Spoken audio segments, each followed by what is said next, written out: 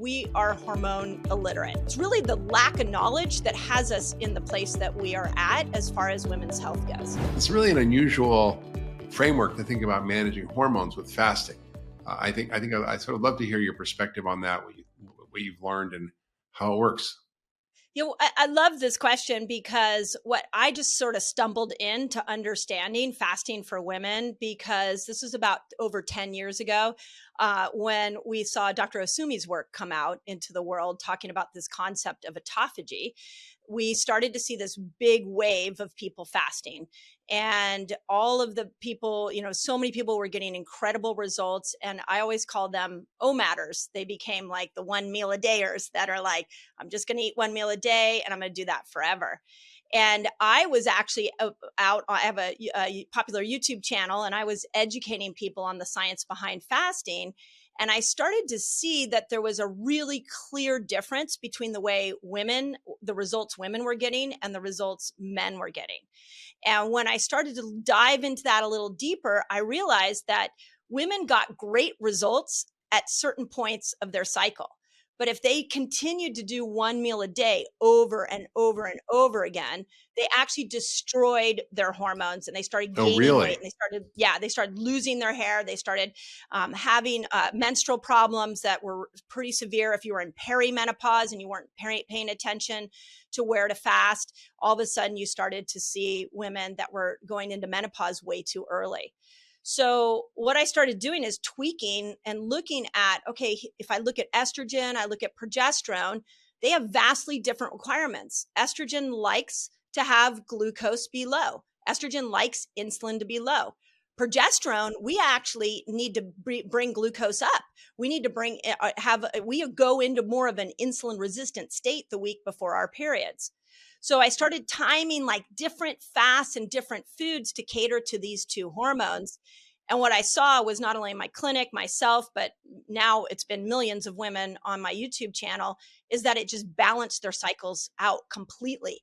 And it was everything from PCOS to perimenopause symptoms to infertility. We started to see if just those two hormones, if women just looked at those two hormones and used fasting in the right place of the cycle, they started to see all of their hormones balance out. Mm-hmm. Mm-hmm. Interesting. And how would you sort of manage someone throughout that process? Yeah. So in the book, I wrote something in the current book, I wrote something called the fasting cycle. And it was actually something I created for my patients because I was trying to show them, hey, the first 10 days, you can lean into some longer fasts. And when we hit ovulation, we're going to want to shorten our fast because you have so many hormones coming in. When you come out of ovulation, you can go into some longer fasts. And then the week before, you want to stop fasting. So it really became working with a woman's lifestyle and teaching her, are you tracking your cycle? So it's interesting because a lot of the younger generation is doing this. My son is with the apps, right? Yeah, exactly. My son's 20, my daughter's 23, and they know this. That my son's like, oh yeah, all my friends track it. My daughter's tracking it.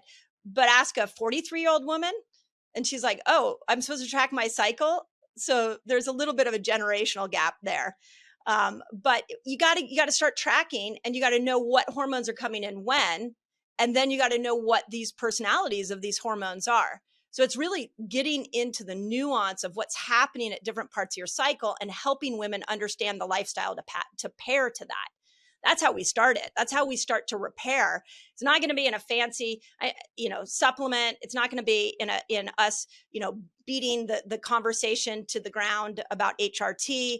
It's going to be, what are we doing for these women's lifestyle so that they can match their lifestyle to their hormonal needs? Incredible. And how does fasting work to regulate hormones? I mean, what is the mechanism of action? How does it actually do that? Well, okay. So if we start and we look at what happens, I think this is the best question, is what happens when we fast? So the way that I look at fasting is that you have two energy systems, one that comes from sugar and one that comes from fat. And so when we learn how to metabolically switch into this fat burning energy system, we are not just making what we call ketones. And I know there's been a lot of great discussion about the healing power of ketones, but we start to see many healing aspects exist within this fat burning system. So the longer that you're in a fasted state, the more healing mechanisms show up. So, for example, we can see testosterone raise. We only have, this is another huge elephant in the hormonal room, which is we have a lot of studies on men. We have a lot of studies on men and women. We don't have a lot of studies on women alone. So, but when we look at testosterone in a man, when he fasts 13 to 15 hours, he can raise testosterone by 1,300%. He goes to 20 to 24 hours, he gets that testosterone level up to around 2,000%, according to the science. A woman, it's going to take her 24 hours to even start to see a little blip of increase in testosterone. But what we do appear to know is that it starts to rise about 24 hours. So now, can we teach her how to start to train her body to maybe one day a week, maybe to one day a month, to start to move into some longer fasts to get testosterone coming up? The other thing that we see is that when we start to stimulate autophagy, which comes in around 17 hours. Well, what autophagy is it's where that intelligence goes within the cell and it starts to repair the cell. Well, guess what's very, very susceptible and highly influenced by autophagy is your hypothalamus and pituitary and the ovaries. So now, can we teach a woman how to dip into a little bit of a longer fast so she can start to clean up these areas that might be packed with toxins? So there are like, each, in the book, I write six different length fasts, and each one has a hormonal impact. But that sort of gives you a big picture of why we can use it therapeutically. I'm not talking about this as a fad diet. I'm talking about this as a therapy tool that everybody can afford to do. Interesting. And so what is the different types of fasting, and how do they each differ? Yeah. So the six different ones that I lay out are intermittent fasting, which is 13 to 15 hours. And just so we're clear, fasting to me is time restriction. It's not calorie restriction. So, and we can talk about what to eat in your fasting window, which I'm sure you've talked about at nauseum. But when we look at 13 to 15 hours, that's where we start to see growth hormone. We start to see that the body brings down glucose and insulin. We see that the body starts to make ketones. Autophagy fasting is 17 hours. I mentioned that, where the cells start to clean themselves up. Toxins get pushed out of the cell. 24 hours of fasting, we start to see that actually the whole gut microbiome repairs, which this is also key because estrogen is broken down by a set of bacteria in the gut called the estrobolome. And so we actually have bacteria that needs the help and of something like a fasted state to start to thrive so we can break estrogen down. When we look at like 36 hours, the research is showing that you can start to tap into more fat burning. 48 hours, we get the whole dopamine system starts to reboot. And then Walter Longo brought us the 72-hour fast, which is really resetting your whole immune system. So each one of those pieces has a different implication for both men and women, but especially for women. So fast up to 72 hours are a long time. How do those work that are different than just, let's say, time restricted eating, where you're eating within an 8-hour window? Yeah, so 72 would be literally going without food for 72 hours. So you're staying in that fat burner state for 72 hours. So as daunting as that sounds, I've seen some of the greatest healing happen to people. Have you ever done a 3-day water fast? I have. I have. Yeah. What'd you notice? I mean, it was hard. I was hungry, but then after the first couple of days, I got really clear, energetic, felt light. It was quite a liberating experience to sort of disconnect from food. Yeah. And an insight. A lot of people get a lot of great spiritual insight because the brain calms down. So Well, yeah, it's a method of spiritual quest often is fasting, right? Prolonged fast, longer fast has been used forever. yeah. So the 72 is, you're not gonna a woman's maybe doing gonna do that once a year. One of the things that we know, and I'm sure you've studied this and looked at this, especially in relation to your new book. But a 72-hour fast is gonna get rid of senescent cells, those aging cells. And so it wipes out the cells that are slowing the process down, speeding the aging process up, but making the body more not only insulin resistant, but hormone resistant, sometimes vitamin D resistant, which is really important for hormonal health. So we can look at a 72-hour fast as, again, therapeutic. We could dip into it to get rid of the cells that are no longer serving us. How often should someone do something like that? So 72, again, it's personal preference. But I always say, twice a year is a great opportunity to get rid of the cells that no longer serve you and reboot your immune system. I personally recommend to my community that we do it January and September. And largely because January is when we come out of the holidays, everybody's overdone it. And then September, if you're living in our hemisphere, summer, now we've overdo it in summer. So it's a really good reset to just make sure that you didn't veer too far off your health habits. And for me, for example, I'm scared about doing a 72-hour fast again because I have like 10% body fat. I'll lose weight very fast. Even if I don't eat enough in a day, I'll lose weight in a day. I probably shouldn't say that in public, but I get death threats in my my house. But I'm concerned about someone like me. Is it still useful? Is there harm? Will I lose too much muscle? How do I prevent that? What are the downsides? Such a great question. So here's the thing that around the fasting conversation that I don't think we're having enough. So when you're in the fasted state, all of this healing is happening. And so part of that is a breakdown of muscle. There's a lot of studies that show, your muscle shrinks while you're fasting, but guess what? Your muscle's breaking down when you're lifting weights too. So when we exercise certain ways, we are breaking muscle down, and we know that we're breaking it down so that we can build it stronger.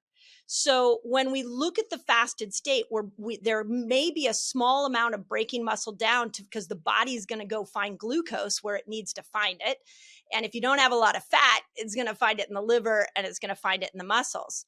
But here's the really cool opportunity is that when you reintroduce food, that is going to actually be a game changer for building muscle. We've seen it be a game changer for the microbiome. So you would want to come in, and it depends on the length fast you would do. But let's say you do a 72-hour fast and you're like, whoa, my gosh, my muscles have completely shrunk.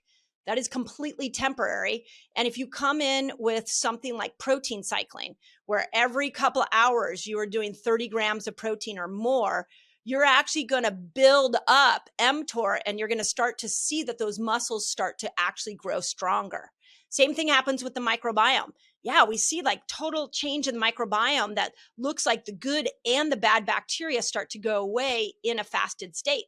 But when we reintroduce food, if we start to bring in the polyphenol, the probiotic, the prebiotic foods, now we actually are starting to regrow that microbiome to a whole new level. So to answer your question, the answer is absolutely. And you're going to really need to be mindful of what you break that fast with, because when you reintroduce food, you have an opportunity to take your health to a whole new level. So essentially, it's the refeeding process that activates all the sort of rebound benefit. So yes, you will have a loss of certain things like muscle, perhaps, but you'll also have cleaned out all these senescent cells, this deep cleaning. So the deep cleaning you're talking about is about killing the zombie cells, which are one of the hallmarks of aging, which produce these secretory inflammatory products that are spewing them out all over the body and accelerating aging in every possible way. Are there other benefits besides the autophagy and the killing of the senescent cells that happen with a prolonged fast versus like an 8-hour time window every day of eating, like a daily time restricted eating? Yeah, so Walter Longo brought us the whole resetting of the white blood cells. His original research was looking at patients going through chemotherapy, and found that it decimated the immune system. And so, but what he saw was after, like at that 72-hour mark, it got rid of the bad white blood cells, and fresh new ones regrew, and it re-stimulated the whole immune system. So we also have evidence that the dopamine system gets completely rebooted at about 48 hours. So new dopamine receptor sites will emerge. So now when you enter back into food, you're going to start to enjoy your food a little more. Interesting, right? Each one of these has like a different healing mechanism. Um, and then you pair that with good food, and now you've created the two amazing healing states without, again, anything other than using your own body as a tool for healing. That's amazing. So you actually you know accelerate your immune function, and you create a reset of your dopamine receptors. Now, dopamine, for those people who are listening, is the sort of the pleasure molecule. It's what we eat sugar for, or smoke, or drink, or take cocaine or heroin if we're unlucky. And those are the things that activate these pleasure sensors, and they become saturated. And so we need more and more stimulation to achieve the same benefit. So if you haven't eaten sugar for a month, and then you have a bowl of ice cream or a cookie or something sweet, it's going to be like having a big intravenous hit of cocaine, and you're just going to go, whoa. But if you're eating it all the time, you need more and more. Just like an alcoholic needs a lot more alcohol. I can drink one glass of wine and I'm a little tipsy. Other people who are heavy drinkers may need a half a bottle of whiskey to get the same benefit, meaning benefit, which is not the same benefit. So I think this is really fascinating. So both shorter term time restricted eating and longer periods of fasting you recommend, not just a sort of daily time restricted eating. And should we do this every day? Should we do time restricted eating every day and eat only in an 8-hour window or 10-hour window? Like, what's the optimal dose for doing this? Yeah. Before I answer that question, I want to go back to one interesting comment about the alcoholic and the drug addicted person. So one of the things we know about people who are obese is that they're not getting the same pleasure out of food. As somebody who's more dopamine sensitive, their dopamine receptor sites get saturated, and so now they are not. They have to eat more food to get the same pleasure, and it's just like the alcoholic has to keep drinking more and more to get the same dopamine response. So what I love about that 48-hour fast, and why we do it as a community so much, is that it resets that system. So now you're getting more pleasure from your food. You're not needing as much because you're feeling the dopamine effects much quicker. So I just wanted to point that out because I think that's something that's just not talked about enough. As far as frequency, so for this is the big part of Fast Like a Girl, is that I want women to move in and out of different fasts according to their menstrual cycle, using those 6 different fasts as their tool of, they can do anything from 13 to 72, depending on what they're trying to accomplish with their bodies.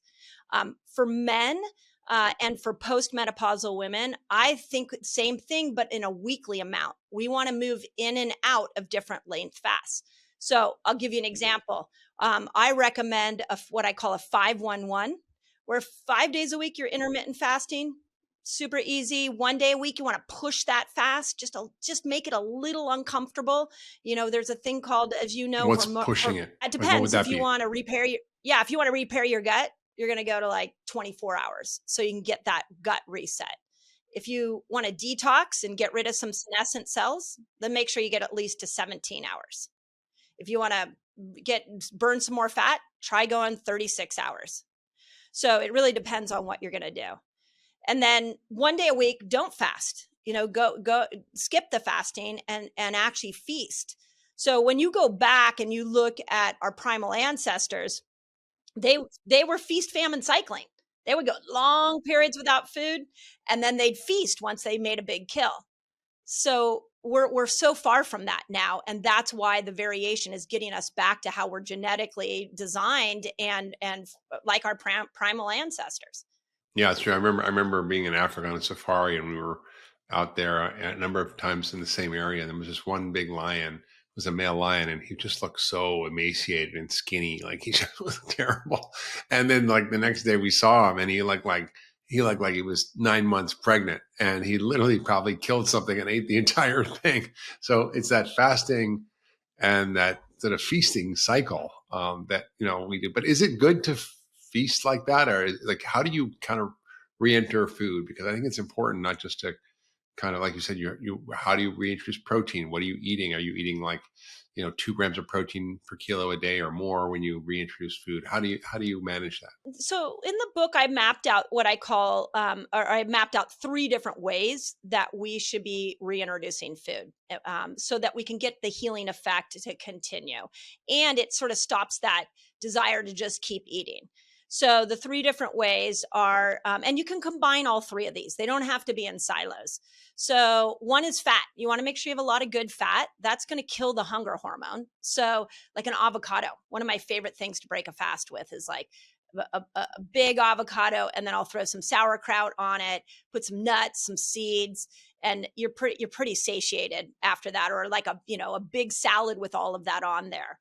So if we use fat as like a break for the desire to eat, you're not going to go boomerang as much. But as you know, it's got to be good fat. Then we can look at protein. And protein, I'm sure you've had this conversation on your podcast, but it is a conversation that needs to continue, which is we're just not giving protein enough credit.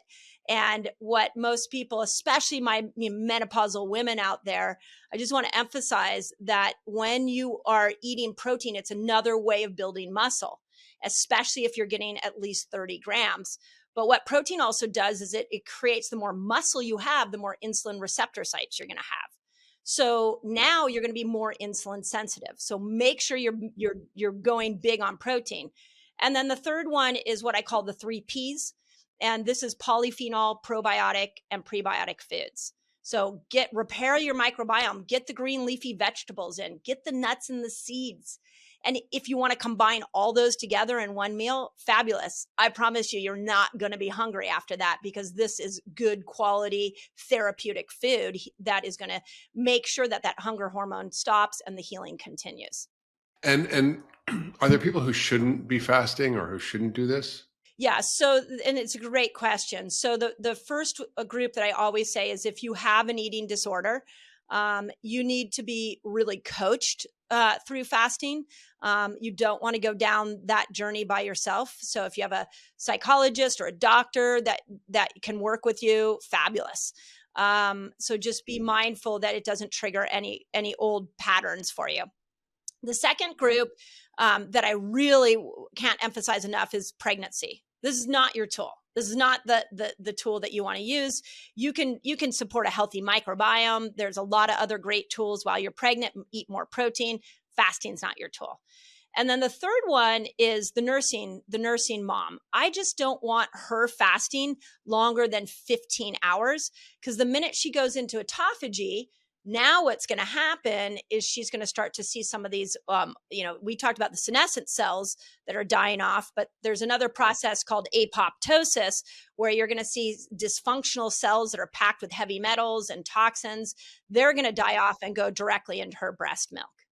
So how do you deal with sort of like the detoxification process that happens with fasting? Because, as a physician, I'm very aware of the biological aspects of detoxification, the requirement for nutrients for phase 1 and phase 2 detoxification, the need for fiber for elimination, the need for amino acids for a lot of the phase 2 pathways of detoxification. So how do you sort of navigate that? Because I always wonder about what happens when you just eat nothing. And is that a stress that you're not actually taken care of by actually providing the raw materials for your body to process everything that gets metabolized, everything that gets released from your fat tissues, all the toxins you're exposed to that then get actually activated while you're fasting?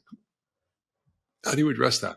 Yeah, it's such another great point, and what I really am trying to get people to understand, both men and women, is that you got to make sure your detox pathways are open. So this is making sure that the lymph that's pulling the toxins out of your internal organs are completely open. So this is where the dry brushing, this is where the infrared saunas, this is where just sweating in general, this is where the breath work, all of that comes into play, making sure you have bowel movements while you're fasting, which is fascinating. If you've ever, like, a 3-day water fast, we'll see people still having bowel movements the third day because Really? they're just, yeah, all their body's just getting rid of everything. So just using some of those natural ways to detoxify and opening up those pathways will make it so that when the body goes into that detox state, it can do it really efficiently. Interesting. And so basically making sure you're drinking plenty of fluids, that you're actually not, you don't need you're saying sweating and dry brushing. You don't need to take the nutrients. You don't need to take the amino acids. You don't need to take all the cofactors for detoxification is what you're saying. Yeah, I mean, you can. So let's talk about that, because there are certain things that you can have in your fasting window. And one of them is minerals. I really recommend that a lot of people, especially when they go into the longer fast, that they've got some sodium, magnesium, potassium in some water, and they're just So drinking that. electrolytes. Electrolytes, yeah. And then aminos. So here's a really interesting thing on aminos. Aminos can really help make fasting a lot easier. So to your point, they support the detox pathways, and they make those symptoms that can show up that are really uncomfortable, they can make them a lot better. But here's the question that nobody's been able to answer, and I just don't think we have any science on it, is what we know stops autophagy is 20 grams of protein or more. So if you're going to do aminos, is that going to stop autophagy? It won't stop ketosis, but is it going to stop autophagy? And that's the $1 million question I haven't seen anybody be able to answer, or any research on it. So having said that, I'm a huge fan of minerals and aminos in your fasting window. Yeah, that's interesting. I think that's always the thing I wondered about and worried about. Years ago, I was working at Canyon Ranch as a medical director, and there pretty much the women were between 40 or maybe late 30s and like early 60s, and that was the majority of our guests and clients and patients. And so I got to be very experienced in dealing with all sorts of hormonal problems that were being poorly treated or actually mistreated by the conventional medical system. And it was just striking to me how, the answer for everything before the menopause was take the birth control pill, and the answer to everything after it was take hormone replacement therapy. And then of course, the data came out that hormone replacement therapy, Premin and Provera specifically, which are not human hormones, one is a horse hormone and one is a synthetic progesterone, it ended up having more serious consequences for women who took them, like heart attacks and strokes and cancer. And so, everybody overnight, boom, 50 million women stopped taking hormones, which created a huge catastrophe for them with no answers in sight. And here we are, gosh, that was 98. So, over 25 years later, still women are struggling and trying to figure it out, and doctors are confused. So I wrote an article years ago called The Life Cycles of Women, talking about how to use a functional medicine approach to address women throughout their life cycle and the issues that they're suffering from that they really don't need to, that are, I would say, optional if you know what to do. So talk about how, you have focused on this, why this is such an important area to get clear for women, and how we really had it wrong and what we need to do to figure out how to get it right.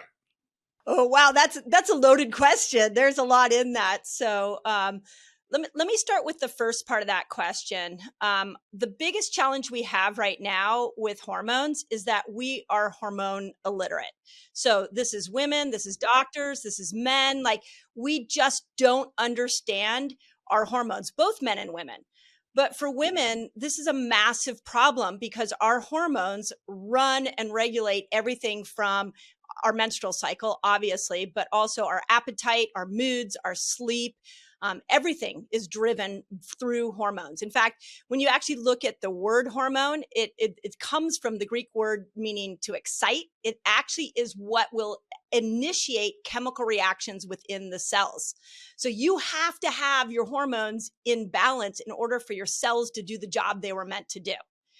But when we look at the collective societal way that we approach female health, nobody's being taught how to live a life that works with these hormones. So my passion started when I started seeing my own patients suffering with perimenopause and menopause. I started having my own experiences. And to your point, when you opened up this conversation, there was really only one solution. Well, there was two, and that was don't do hormone replacement. It's very scary, and take the birth control pill.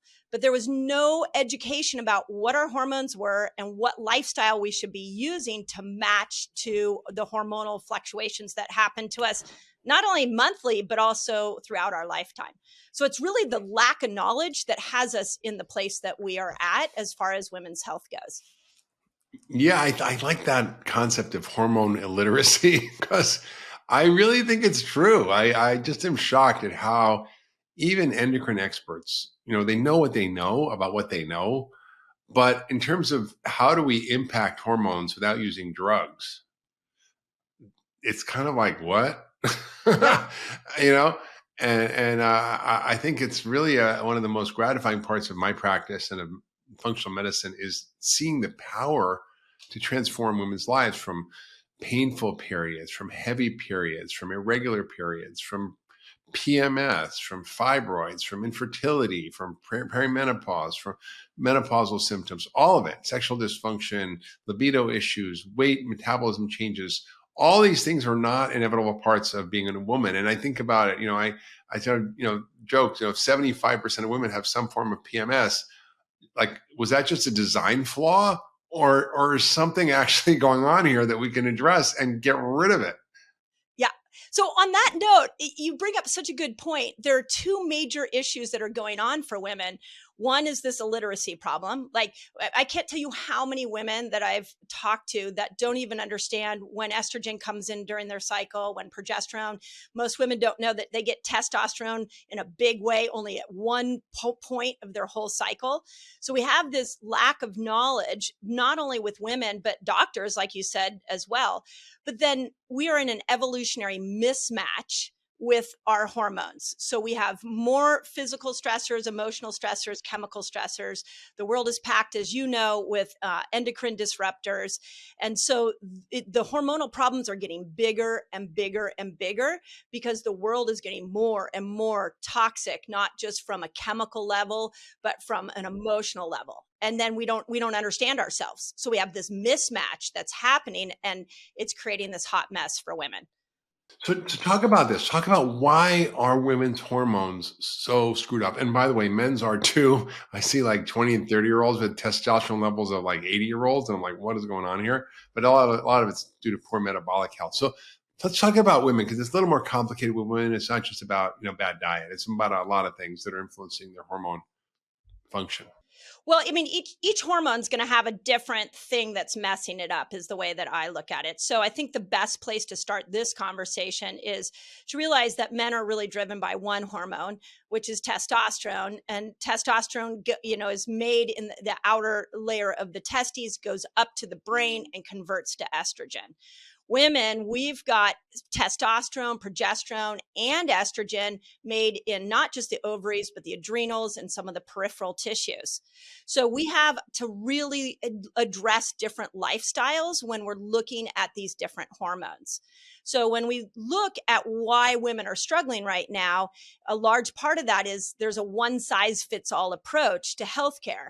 I walk into my doctor's office, I have high cholesterol, I have high glucose or high insulin, and we're never asked what part of our cycle we're at.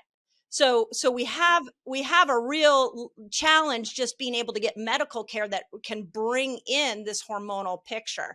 So more women are suffering. I don't know if you saw the New York Times article on menopause recently, but one of the things that really stood out to me is that there was this line where they said that we have a societal acceptance of women suffering with their health. Yes, 100%.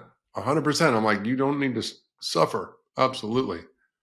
So we, a woman when she's suffering goes into the doctor's office, and they're given a one size fits all approach. So we have that issue.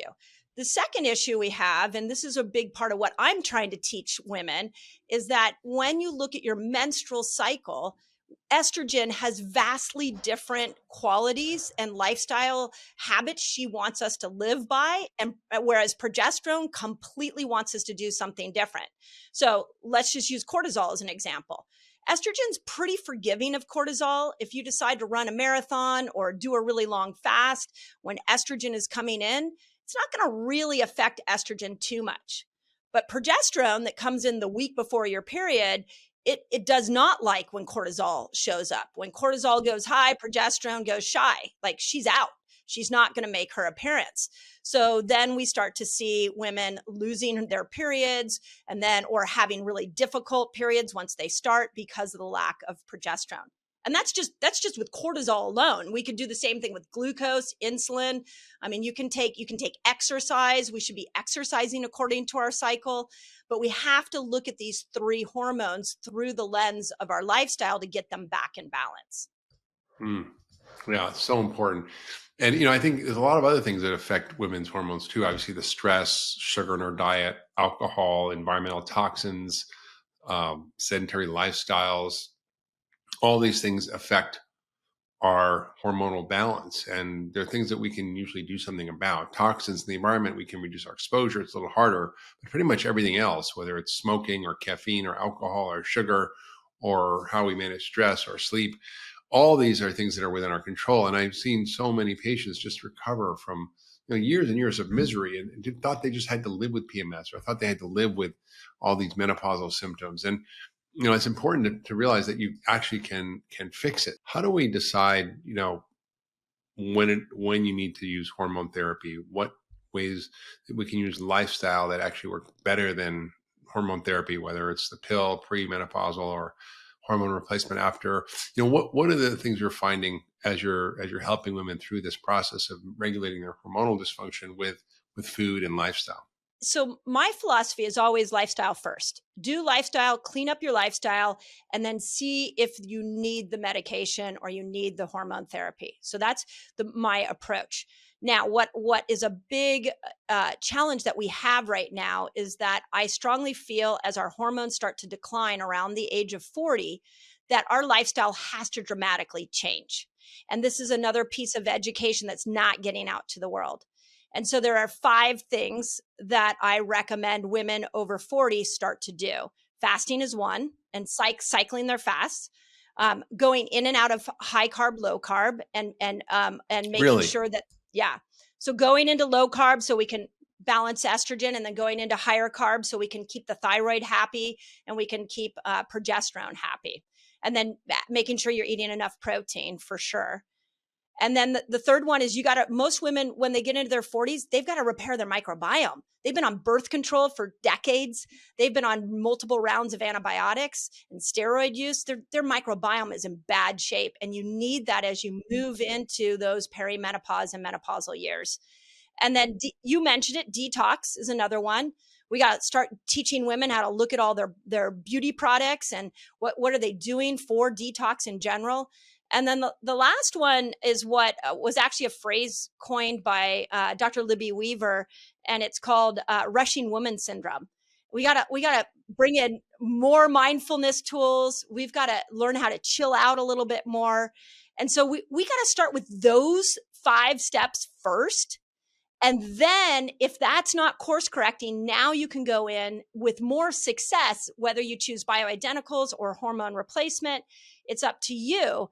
But we've got to stop looking at those tools as being this, I'm going to absolutely do it or I'm not going to do it. Because as we go along the journey, there may be a time you want to pull it in, but you're still going to have to fix your lifestyle. Yeah, there's no way around that for sure. I think a lot of people just don't realize how powerful it is, and it works better than most medications. And I can't tell you how many women I've helped with all sorts of hormonal disorders, from menstrual issues, PMS, heavy bleeding, painful periods, cramping, to really more serious issues like fibroids and infertility and PCOS. And it's just amazing when you start to apply these principles that a lot of women out there who struggle with these issues can get better and not using hormonal therapy. Right, right. And I know this is like a hot debate right now, especially, amongst women's health groups, is really this idea of, should I do hormone replacement? Should I not? I know we're looking at it a little different. But what we have to realize about hormones is that there is the production of a hormone, then there is the breakdown of a hormone, and then there's the hormone being able to get into the cell. So if all you're doing is focusing on the production of a hormone through a medication or through a hormone therapy, you're still got to have a good microbiome to be able to break that down. You still got to have a great functioning liver to break it down. And you got to still detox so that hormone can get into the cell. So this is why doesn't matter if you're going to do it or not do it. It's a personal choice, but those 5 steps have to be considered. Otherwise, you're going to end up in one of those situations where you're like, I took it, it's not working. You're going to, and as women, unfortunately, what we do is we start thinking it's our problem. We Yeah, start it's our shaming. fault, right? It's our fault. We did something wrong. And that has to stop as well. Totally. Amazing. So, where do women start? How do they sort of start thinking about working on this for themselves? How do they begin a strategy? What are the steps they should take? You have this 5-step program. Kind of walk us through what it would look like. Yeah. So the first place, it depends on your age. So this is the other complicated thing about talking about women's hormones, is that we've got women that are in their fertile years, the 20s, 30s, teens, 20s, 30s. We've got the perimenopausal years, the 40s, and then we have the postmenopausal. So the first is, you got to know where you are and what your hormones are doing. If you have a cycle, make sure that you're tracking your cycle. I'm also a huge fan of a urinary hormone test so that you know where your hormones are at. Highly recommend that, because then you know what you need to work on. And you can get to know these. This is why I call them the personalities. Like, we got to get to know the personalities of these hormones and when they're showing up. Like, progesterone is going to make you really hungry and crave carbs. And estrogen is going to make you very verbal and want to go out and put your party hat on and be out, socializing all night long. And testosterone is going to spike your libido and increase your motivation and drive. So get to know these personalities, because they're coming in and out every single day. Once you know that, now how do you pair your lifestyle? And this is the 5 steps that I wrote. I actually wrote that in a book called The Menopause Reset. And so that was my book before Fast Like a Girl. It's all written out there. But start to take these 5 steps and ask yourself, am I fasting? Am I varying my foods? Am I working on my microbiome? Am I detoxing? And am I slowing down? Start there. I mean, that could be a decade. That could be a long time working on that. And then from there, you can start to figure out, do I need to supplement? Do I need to go into more hormone therapies? From that point, you can navigate. And it's not a linear absolute approach. And this is perhaps why we have been giving women one size fits all. Because it's much easier for the doctor to say, your cholesterol is high, your blood pressure is high, take this medication, than, hey, you're going to need to eat different. You're going to need to vary your fast. You need to stop stressing, repair your microbiome, and detox. Most women are like, what? I have to do that? Right. It's a lot, right? It's a lot, but it's where health exists. I mean, it's putting the responsibility back on us. And then the other part of that is all of us. I love this idea of women doing health as a community, because when we are in community, we're raising oxytocin. And when you bring oxytocin up, you bring cortisol down. And when you bring cortisol down, you regulate insulin. And now you can regulate your sex hormones. So women are so good at connecting in community. Let's do it all in a community and learn from each other and share our stories with each other. I love that. I think it's really important, because I think when people feel isolated, they feel on their own. They feel like they just have to figure everything out, and that they're not getting the answers they want from their doctor. And I'm curious, like, why do you think it is that the medical system is just so blind to hormonal regulation for women? Well, I think the first part is that we look for absolutes in our healthcare system. You have this symptom, I'm going to give you this diagnosis, and I'll give you this pill or surgery. So it's very linear like that. I call that more of a patriarchal or masculine approach to health. When we look at a more feminine approach, and I love this, I actually heard Sarah Blakely speak, last year, and she was saying that one of her desires was to bring a feminine approach to business and you be able to integrate the masculine and the feminine together in business. And she believes that that was one of the reasons why Spanx was such a huge success. I would say the same thing needs to happen with healthcare. We need to bring the feminine back into healthcare. And what that looks like is us understanding our own natural cycles and then not giving our power away to the doctor and just saying, hey, here's my symptoms, tell me what to do, but actually to start to collaborate with our doctors and say, tell me why this is showing up at this part of my cycle. Tell me what I can do that affects the different aspects of my cycle, and become educated and have an educated conversation with your doctor. So I really see an integration of the feminine, the masculine together that's going to change this conversation within the doctor's room. But what's happening is within the doctor's room, it's absolutes, it's guilt, it's shame, it's one size fits all. That has to stop. And it's not their fault, honestly, because I never learned about any of this in medical school. And I think one of the things I'd love you to talk about a little bit is hormonal testing, because I think we don't know how to manage hormones through testing, whether there's saliva testing, you mentioned urine testing, blood testing. What's the best way to get a handle on hormones? There's the Dutch test, there's urinary estrogen metabolites, there's blood work that you can do to look at hormone levels. Talk us through some of that. Yeah. So if you're a cycling woman, a blood test is not that helpful for you. I think that your door in is more a Dutch test. I'm a huge fan of the Dutch test. In fact, I don't know what your feelings are on the Dutch test, but I feel like if we could get a Dutch test into every woman's hands somewhere around in her 30s and her 40s, she could really start to see if her lifestyle was working for her or against her. And one of the reasons I love a urinary Dutch test over a blood test is that it can tell me the estrogen metabolites. And the estrogen metabolites are, how is your estrogen breaking down? So you can go and get a blood test and your doctor might say, oh my God, your estrogen is so high. It's probably coming from toxic estrogen, maybe an endocrine disruptor. But when we look and compare that to a Dutch test, which we've done a ton in my clinic, we start to see, well, maybe it's high because you've been eating really well and you actually have a lot of the good protective estrogen. And not as much of the bad estrogens. So the Dutch just gives us so much more than a blood test. And that's a saliva test, or is that It's urine? a urine test. Yeah. It can be both. Saliva is really for adrenals. Tells us a lot more about adrenal function, which is also important for hormonal health. Yeah. I mean, it tests so much. It tests all the cortisol hormones. It tests the sex hormones. It gives you a really pretty good picture of where things are. And it depends on where you do it in your cycle if you're premenopausal, right? Yeah. So that's the other thing, is Dutch will have you do it somewhere between day 17 and day 21 so that we can see what progesterone's doing, which is really, really important. You also get like DHEA levels. You get an organic acids test with it now. So you can see dopamine and norepinephrine. These are things you just don't get on a blood test. You're just getting a big, broad picture, whereas Dutch is giving you the details.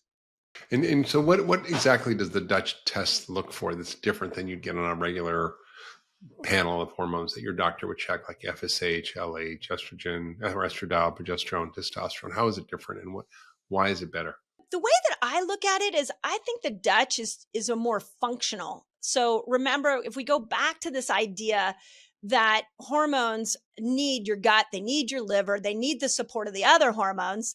So we can't, when we just look at LH, FSH, and we just give it a big, broad picture, we're not really looking at the supporting actors. Let's put it this way. If estrogen, progesterone, and testosterone were the stars, we need to know what the adrenals are doing. We need to know what the liver's doing. We need to know what the thyroid's doing to affect that. And that is what the Dutch gives you as opposed to a blood test. And it measures different things too, right? Not just, it measures different kinds of sex hormones, not just the ones we typically look at, right? Yeah, so it looks at major ones are estrogen, progesterone, and testosterone. It looks at cortisol. It also will tell you your cortisol pattern, which is super cool because you can see if your pattern of when cortisol comes in is actually in regulation with what it's the circadian rhythm of the day, what is actually supposed to happen. We've read thousands of Dutch tests in my clinic, and one of the biggest things we see is that women will have high cortisol at 8 o'clock at night, and very low cortisol at when she wakes up in the morning. And no wonder she can't sleep and she needs coffee to wake up in the morning. So it's really helpful for showing you that pattern. And then it also will show you methylation pathways. So we can see, like, are you able to detox efficiently? Or is your body working really hard to detox? Or maybe it's been exhausted because it's been detoxing too much. So, I mean, I could go on and on. There's so many nuances in the Dutch test that you just don't find anywhere else. It's powerful. And it's not easy to interpret. There's a lot of numbers on there, and the average doctor will have trouble. So, Yeah. Do you use them? Are you familiar with the Dutch test? yeah, we use it in our practice for sure all the time. And I find it very, very helpful as an addition to sort of the overall picture. But, what's really quite encouraging for me in hearing you talk is how powerful a lifestyle is and how things that are within our control without even hormone therapy can make such a difference. And that there are such simple ways through, this basic 5-step program that you've mapped out with fasting, personalized nutrition, stress management, detox, and lifestyle changes that can basically optimize women's health, men's health too, by the way, and basically slow the aging process. And I love this idea of sort of personalization and customization. It's central to functional medicine. I also love talking about how we can use fasting in different ways at different times for different results. We covered, for example, just basically time-restricted eating as a way to optimize metabolism and hormone balance, but also deep cleaning fasts, which are 3 to 5 or maybe longer fasts. 72-hour fast is something I want to try again, but I get nervous because at 63, I don't want to lose too much muscle. And so I think that there's always that kind of balance. And I think we do need a time to sort of give ourselves a rest from food. And then we need to refeed, as you said, to optimize our metabolism. Yeah, let me know when you go into a 72-hour fast. Call me. I'll coach you through it. I'll make sure you do it successfully. But I want to really highlight this idea around lifestyle, and I so appreciate that is so much of your message, because I feel like we have lost the art of healthy living. And we can say that it's causing all kinds of chronic disease problems. But when we bring the conversation of hormones to the surface, we have to start with lifestyle. Otherwise, we've got women that are chasing down supplements that are great. I'm not opposed to them. Or we have women that are either so scared of hormone replacement, or they're like, it was the greatest thing of my life. Or we've got women that are taking thyroid medication and they're not seeing any results, but their doctor's saying, but your thyroid tests are completely normal. It's because we're missing lifestyle. We have to come back to lifestyle. So thank you for saying that. It's such an important piece. And I don't know if you know this statistic, but they're saying right now that the most common time for women to commit suicide is from 45 to 55. And when I look at that statistic, what I know is we have no understanding of our hormones. And you're dealing with a decade of women that are not understanding why they're depressed, why they're anxious, why they can't sleep. And so when we look at this hormonal literacy issue that we have going on, when they're in these dark states, they turn on everybody else. They turn on their husbands, they turn on their partners, their friends. They think it's external, and they don't realize there's so much they can do to adapt to these hormones. That is how powerful lifestyle can be. It's really true. If you love that last video, you're going to love the next one. Check it out here. We dismiss symptoms that are, they're seemingly vague, right? Fatigue. For me though, my initial presentation was hyperthyroid. Yeah. And then I fell hypo. So I was kind of on this thyroid roller coaster. And what I had was Hashimoto.